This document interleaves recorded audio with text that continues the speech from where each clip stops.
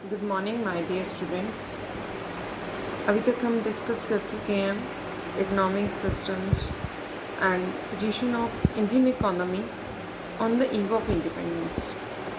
आज की वीडियो में हम डिस्कस करने वाले हैं economic planning in India, meaning, its features, objectives, types and importance.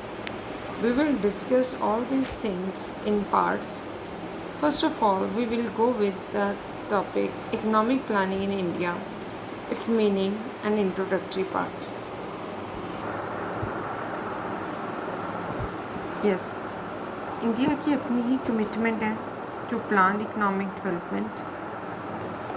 India's commitment to planned economic development is a reflection of our society's determination to improve the economic conditions of our people and an affirmation of the role of the government in bringing about the growth performance through a variety of social, economic and institutional means. अगर हम India में economic development की तरफ देखें या economic planning की तरफ देखें तो एक रिफ्लेक्शन से मिलता है कि हमारी जो गवर्नमेंट है वो हमारी सोसाइटी को इम्प्रूव करना चाहती है, हमारी इकोनॉमिक कंडीशंस को इम्प्रूव करना चाहती है। एंड एन अफर्मेशन का मतलब है एक मजबूत इरादा है गवर्नमेंट का in bringing about the growth performance through a variety of social economic and institutional means कि government social economic and institutional means की हेल्प से अपनी इकोनॉमी की ग्रोथ करने वाली है। ठीक है जी। सो गवर्नमेंट का कोई लीनियंट व्यू नहीं है अपनी इकोनॉमी को डेवलप करने का। The ultimate objective of the Indian planning is to achieve broad based improvement in the living standard of state society at large. Rapid growth is essential for expanding income and employment. It provides the required resources to finance programs of social uplift. देखो, कोई भी economy है उसकी जो rapid growth होती है वो necessity होती है, बिकॉज इनकम एंड एम्प्लॉयमेंट जो है वो डिपेंड करती है कि हमारी इकोनॉमी की जो ग्रोथ है वो किस बेस से चल रही है। अगर हमारी जो इकोनॉमी की ग्रोथ है इट इज़ स्लो, देन वैसे ही हमारा स्टैंडर्ड ऑफ लिविंग भी लो होगा, प्लस हमारी जो इनकम लेवल है या एम्प्लॉयमेंट लेवल है उसमें जो ग्रोथ है it will be very slow. So economic planning is mandatory. If we discuss economic planning in India, the term economic planning has been used very loosely in economic literature. Literature की बात करें तो economic planning का बहुत ज़्यादा meaning है, मतलब clear नहीं हो रहा है कि एग्जैक्ट मीनिंग क्या है. Therefore the term has been often confused with the communism, socialism और economic development. अगर आप इसका लिटरल मीनिंग पढ़ोगे ना, डिक्शनरी मीनिंग, तो उसमें तो कन्फ्यूज ही हो जाओगे. So economists are not unanimous with regard to the term economic planning. So despite the forced situation, efforts have been made in this topic to explain the term in precise words. Right? So economic planning is the making of major economic decisions, what and how much is to be produced and to whom is to be allocated by the conscious decision of a determinate authority on the basis of comprehensive survey of the economic system as a whole. देखो planning क्या है. Simply planning अगर मैं आपसे पूछूं what is planning, then you can explain. आपने business studies में भी पढ़ा कि planning is what to do, when to do, इन सब चीज़ों की डिसीजन लेना. ठीक है. जब हम एक्चुअल में एग्जीक्यूट कर रहे होते हैं तब प्लान करना बहुत मुश्किल होता है. अगर तुमने प्लान करा हुआ है ना तो हमें स्टेप्स लेने बहुत आसान है कि हमें क्या करना है, कैसे करना है, what to do, when to do, how to do, where to do, how much to do. But अगर हमने प्लान नहीं करा तो इन सब चीज़ों के रिगार्डिंग हमारे माइंड में कन्फ्यूजन आ जाएगी. सो अगर एक इतनी बड़ी इकोनॉमी को चलाना है तो उस इकोनॉमी को हम ऐसे ही चला देंगे क्या? इकोनॉमिक प्लानिंग यहाँ पे हो रही है पूरे देश की, इंडिया की. क्या इकोनॉमिक प्लानिंग को या जो हमारी इकोनॉमी है उसको अनैनिमस वे में हम रन करेंगे? Then answer is no. हम ट्रायल एंड एरर मेथड नहीं लगा सकते एक देश को रन करने के लिए. जैसे हमारे ऑनरेबल प्राइम मिनिस्टर हैं mister Narendra Modi, proper planning के साथ हमारे देश को रन कर रहे हैं ताकि हमारे जो देश की ग्रोथ हो सके. ठीक है. सो हमारे जो देश के रिसोर्सेज हैं वो रिसोर्सेज को कैसे यूज़ करना, अगर हम इकोनॉमिक प्लानिंग को अपने देश के ऊपर अप्लाई करें वो रिसोर्सेज हैं कहाँ से आएंगे, कैसे उसको इम्प्लीमेंट करना, अगर हमारी रिटर्न आएगी तो उसको कैसे यूज़ करना है, इन सब चीज़ों के रिगार्डिंग डिसीजन ली जाती है इकोनॉमिक प्लानिंग में। ठीक है जी। नेक्स्ट, सो फाइनली अगर हम बात करें प्लानिंग की, the word planning is sometime use to describe the means which the government uses to try to enforce upon private enterprises the targets which have been previously determined. मतलब planning क्या है, ये planning word use किया जाता है to describe the means का यहाँ पे मतलब है कौन से तरीके हैं जिससे गवर्नमेंट प्राइवेट एंटरप्राइजेस को जो हमारे टारगेट हैं जिनसे हमें रेवेन्यू अर्न करनी है वो मीन्स गवर्नमेंट यूज़ करेगी ताकि उनसे जो प्राइवेट एंटरप्राइजेज हैं, बिजनेसमैन हैं, उनसे इनकम जो कलेक्ट की जा सके। एक जो हमारी इकोनॉमी है उसके प्लानिंग के कुछ फीचर्स होते हैं, एसेंशियल फीचर्स क्या होते हैं। It is concern with the service diagnosis of the present economic survey. जो इकोनॉमिक प्लानिंग होती है इसमें सर्वे होती है, ठीक है, जो हमारी एक्चुअल सिचुएशन है उसका जायज़ा लिया जाता है, इन्वेस्टिगेट किया जाता है एंड डायग्नोसिस आइडेंटिफाई किया जाता है, मतलब जो प्रॉब्लम्स हैं उसको कैसे सॉर्ट आउट करना है उसके वे आउट फाइंड आउट किए जाते हैं। It defines a policy and objectives to be achieved in future. हमारी जो इकोनॉमिक प्लानिंग है वो हमारे इन फ्यूचर जो पॉलिसीज या ऑब्जेक्टिव्स अचीव करने वाले होते हैं उसके बारे में भी बताते हैं।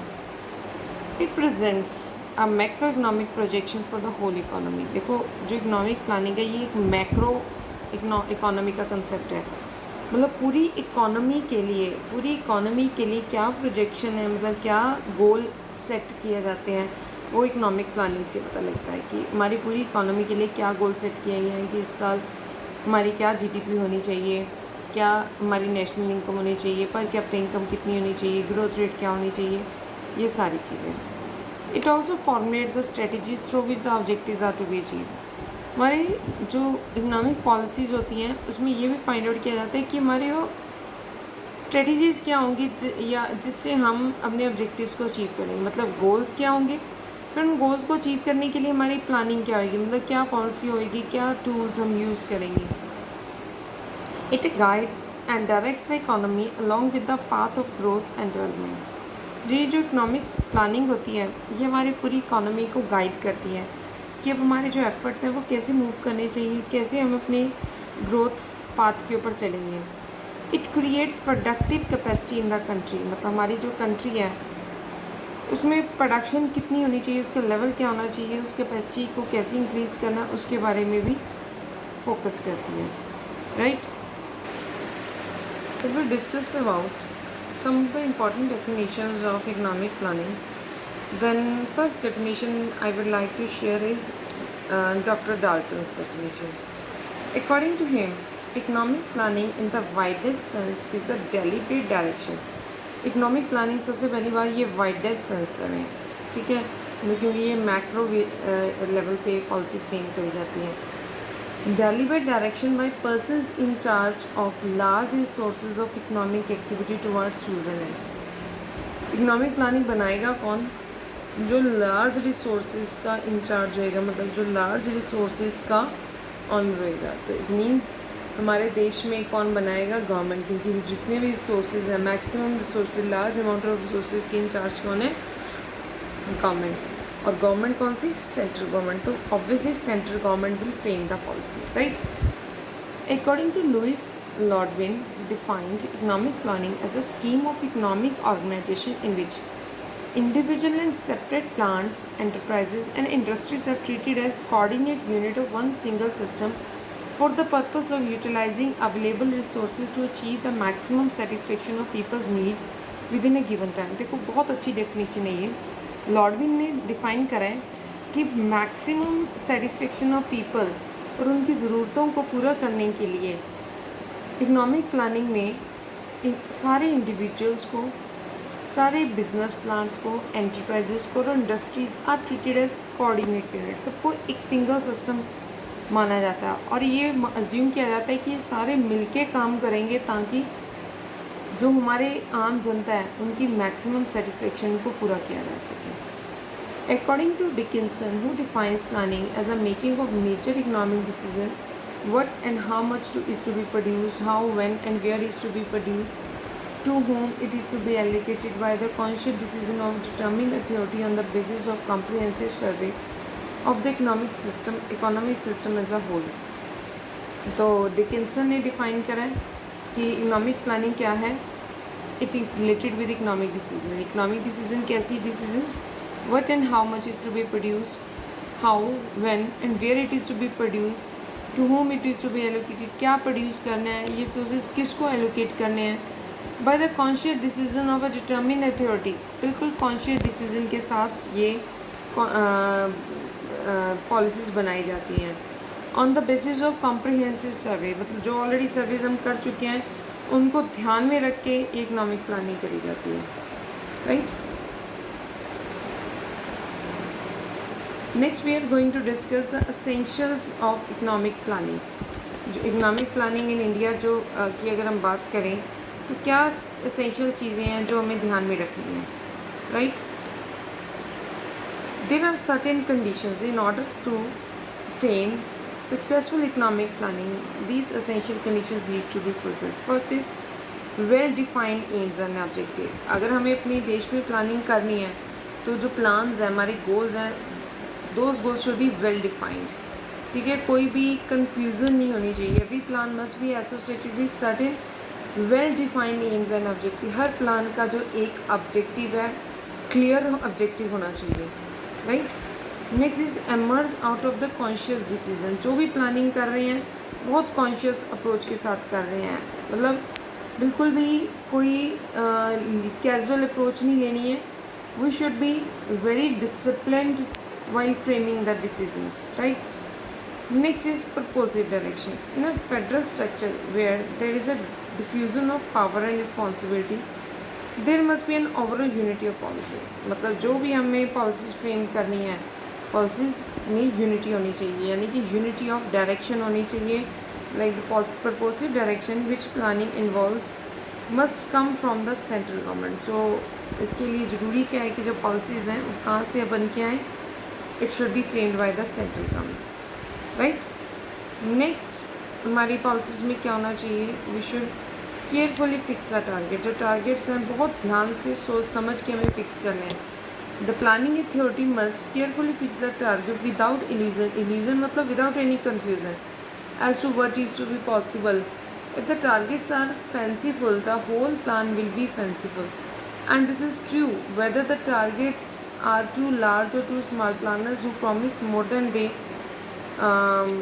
can perform throw everything out of gear. अगर आप अपने टारगेट्स इतने ज़्यादा हाई सेट कर लेते हो ना कि वो अचीवेबल नहीं है तो सारा कुछ आउट ऑफ गियर हो जाएगा। सो जो हमारी इकोनॉमी है बिल्कुल आउट ऑफ कंट्रोल हो जाएगी।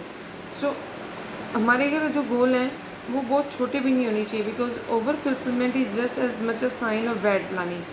क्योंकि अगर आपके जो गोल्स हैं वो छोटे होंगे तो आप बहुत जल्दी उनको अचीव कर लोगे, तो ये भी हमारी ग्रोथ के लिए अच्छा नहीं, बिकॉज हम एफर्ट्स करने बंद कर देंगे, right. Next is there should be flexibility. Obviously there should be flexibility. There should be some measure of flexibility in planning, which means that the plans can be revised and rephrased if circumstances demand, right? There should be appropriate duration. Planning very far ahead is not desirable. A general 5-year plan for the whole economy is no more than a game, because it is not possible to foresee what will happen to productivity in 5 years. So duration बहुत genuine होनी चाहिए, बहुत long भी होनी चाहिए। Long होंगे, फार head होंगे तो क्या होगा, इतने दूर के प्लान, एक तो सिचुएशंस जो होती हैं वो बहुत अनसर्टेन होती है, इतना कुछ चेंज आ जाता है लॉन्ग ड्यूरेशन में, तो प्लानिंग जो होती है मीनिंगलेस हो जाती है। और प्लान्स बहुत छोटे भी नहीं होने चाहिए। अगर ज़्यादा छोटे होंगे तो क्या होगा, मतलब हम बहुत अभी प्लान बना के हटेंगे, साथ के साथ हमें उसको अचीव करना होगा। प्लानिंग फॉर्मुलेशन और उसकी अचीवमेंट में बहुत कम गैप रह जाएगा। सो जनरली माना जाता है कि 5 ईयर प्लानिंग जो है वो अप्रोप्रिएट ड्यूरेशन होती है। Next is scrupulously, earnest and determined. जो हमारे टारगेट्स हैं वो केयरफुली फिक्स होने चाहिए एंड डिटर्मिन्ड होने चाहिए, मतलब government should make efforts to achieve those objective. Next, there should be adoption of judicious price policy. In order that the objective and targets laid down in the plan might be achieved, there must be judicious price policy which will not only secure an allocation of the resources for making the fulfillment of target possible, but also maintain a certain balance between various classes of the community. Right? Next is enthusiasm. In a democracy, the government should make objectives and targets known to the people and make final acceptance or rejection of the plan. इस तरह से हमें policies या programmes launch करने हैं कि public में enthusiasm हो उन प्लान्स को अचीव करने का. Right? Next is efficient administrative system. Finally, there must be an administrative system with efficiency and unimpeachable integrity. मतलब इस तरह से हमें अपने प्लान्स बनाने हैं, हमारा एडमिनिस्ट्रेटिव सेटअप इस तरह से बनाना है ताकि हमारे जो प्लान्स हैं वो आराम से अचीव हो सकें. अलग अलग जो डिपार्टमेंट्स हैं वो उनमें आपस में कोई क्योस ना हो. ठीक है, जैसे सेविंग एंड इन्वेस्टमेंट डिपार्टमेंट है, they should not be confusion between their goals. ठीक है, सो इस तरह के ये सारी चीज़ें हमें ध्यान में रखनी है जब हमें प्लानिंग करनी है.